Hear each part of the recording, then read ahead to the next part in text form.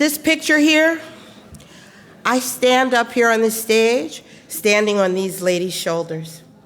Everybody in this picture is more than 100 years old.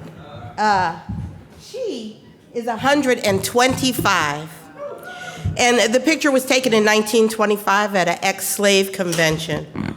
And when I saw this picture, it transformed what I do for me. I reframed my understanding of slavery and all that it means today. I look at that picture and I see that growing your own food, eating organic food, growing your food in the company of community and others like you, and having an automatic and spiritual connection to the land builds the resilience that I see in those Black women's faces.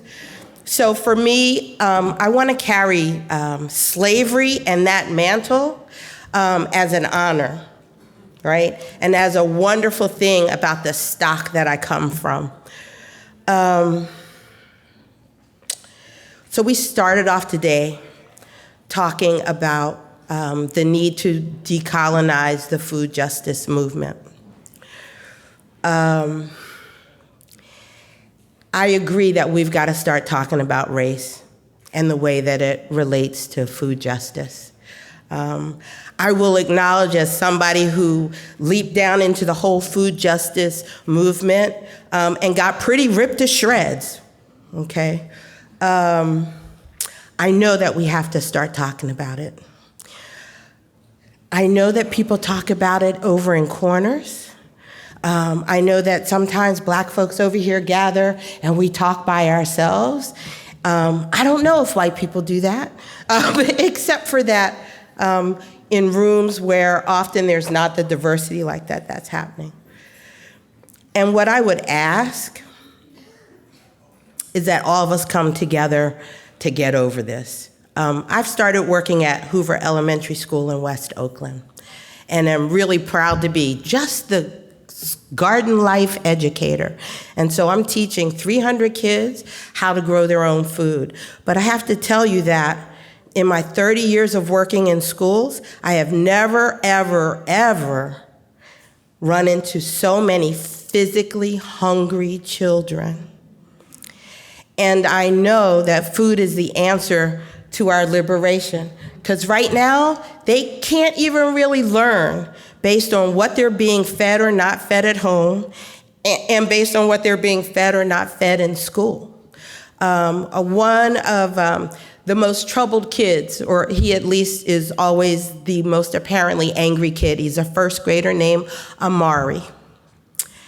And the third day of school, I walked into the first grade classroom, and Amari picked up a chair and threw it at the wall, right? And I come and get him because I'm helping the new little first grade teacher. Amari, what is wrong with you? What is wrong with you?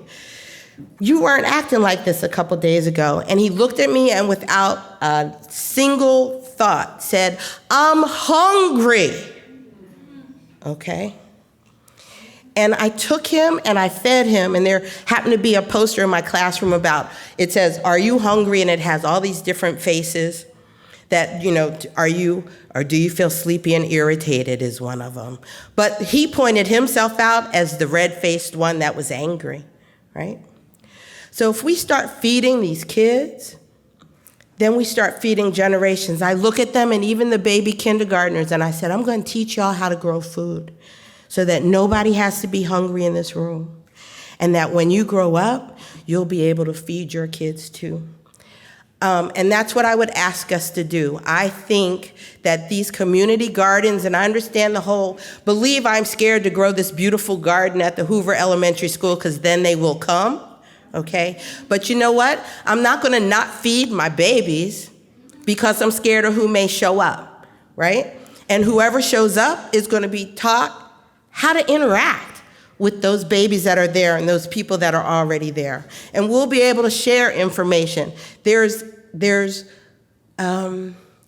learning that we can do, by going into the garden, sharing each other's resources and each other's knowledge. At the table that I was facilitating back there, somebody said, when you're in the kitchen and you're cooking, there's no top and no bottom, it's just people in there. And I think it's the same thing for gardens.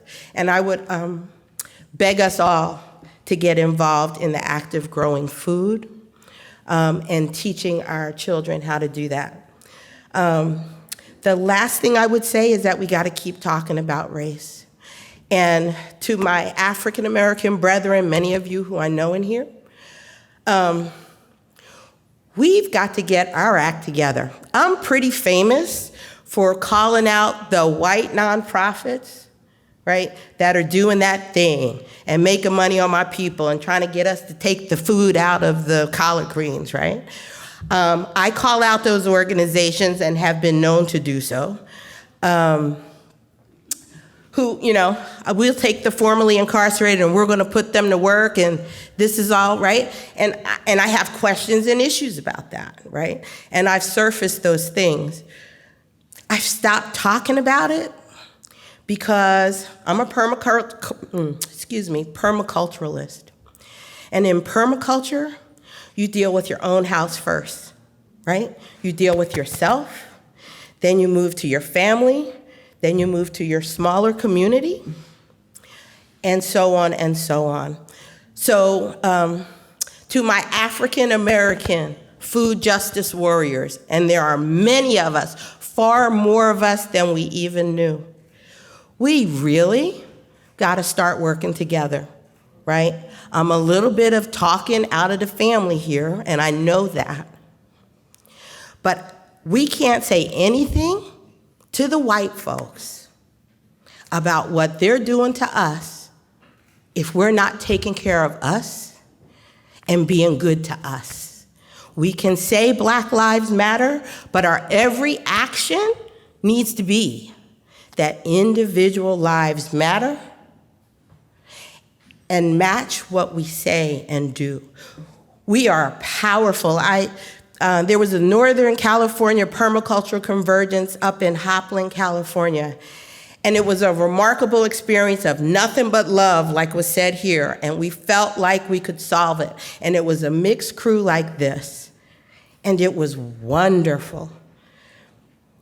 We've got to do more of that. I was so proud because the people that were running that show and up on that stage and blowing people's minds were all right here from the Bay Area.